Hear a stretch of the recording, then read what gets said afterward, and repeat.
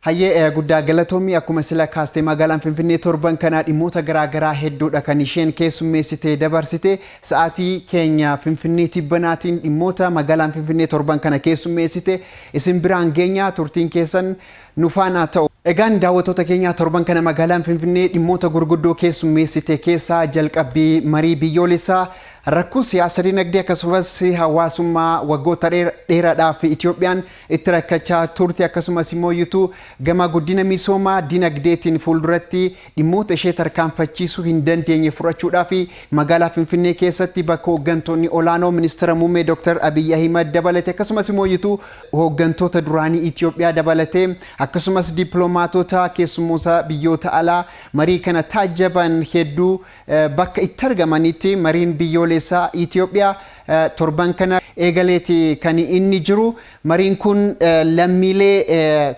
4,000 naannolee Itoophiyaa garaagaraa irraa hirmaatan yookaan immoo marii biyyoolessaa kanarratti qooda fudhatan of keessatti qabachuudhaan torban kana keessatti adeemsifameeti kan inni jiru jechuudha. Keessumaayyuu marii biyyoolessaa kanarratti ministeerri muummee Dr. Abiy Ahmed waltajjii kanarratti argamuudhaan ergaa jajjaboo dabarsaniiti kan isaan jiran jechuudha. Marii biyyoolessaa sanyii gaarii dhaloota boruuf ta'uu ni facaafna yaada jedhu dabarsaniiti kan isaan jiran hirmaattota baniinsa marii biyyoolessaa Itoophiyaa kanarratti hirmaataniif jechuudha. Gama biraatti ministeerri muummee Dr. Abiy Ahmed marii biyyoolessaa seena qabeessa kanarratti argamuu isaaniitti gammachuu qaban ibsanii imala siyaasa Itoophiyaa yeroo dheeraa fi dubbii humnaan jalqabee tarkaanfii humnaan xumuramaa ture sana jijjiiruudhaan marii haasawaa fi wal dhaggeeffachuudhaan bakka buufna yaada jedhus hirmaattota kanneenitii fi ergaa dabarsaniiti kan isaan jiran jechuudha. Dhimma biraa magaalaan Finfinnee torban kana keessummeessitee keessaa daawwannaa pirezidantiin Beeniin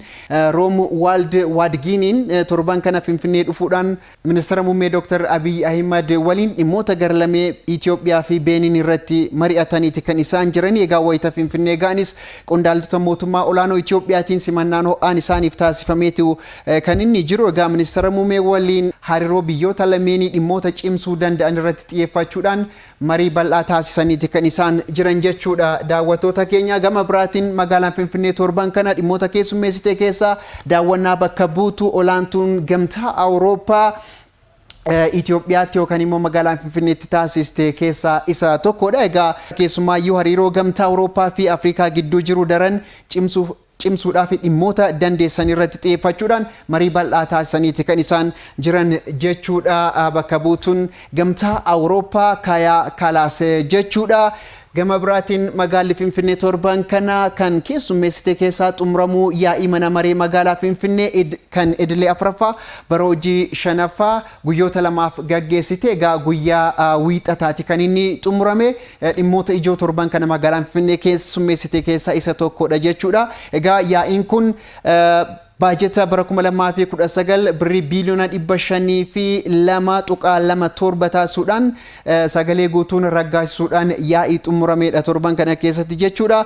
Gama biraatiin magaalaa Finfinnee torban kana dhimmoota keessummeessite keessaa kun dhimma addaati. Kantiibaa Adaanech harmee gumii marii biyyaalessaa fi Gaambeellaa irraa dhufte Finfinneetti deessee adde Kirnuudoo Ujuluu gaafataniiti kan isaan jiran. Egaa haati Kirnuudoo Ujuluu jedhamtu kun naannoo Gaambeellaa irraa uummata bakka bu'uun marii biyyoolessaa irratti hirmaachuuf wayita dhufteetti egaa magaalaa Finfinneetti ilma argatteeti kan isheen jirtu hospitaala Zawdiitutti jechuudha. Wayita kana kantiibaan magaalaa Finfinnees haadha kana jajjabeessanii akkasumas immoo kennaa adda addaa kennanii fi kan isaan jiran jechuudha. Egaa akka waliigalaatti magaalaa Finfinnee torban kana dhimmoota gurguddoo kan ammas ni kaafnee fi kanneen biroo keessummeessite torban kana dabarsiteeti kan isheen jirtu. Odeeffannoon ani ammaaf qabu kana fakkaata.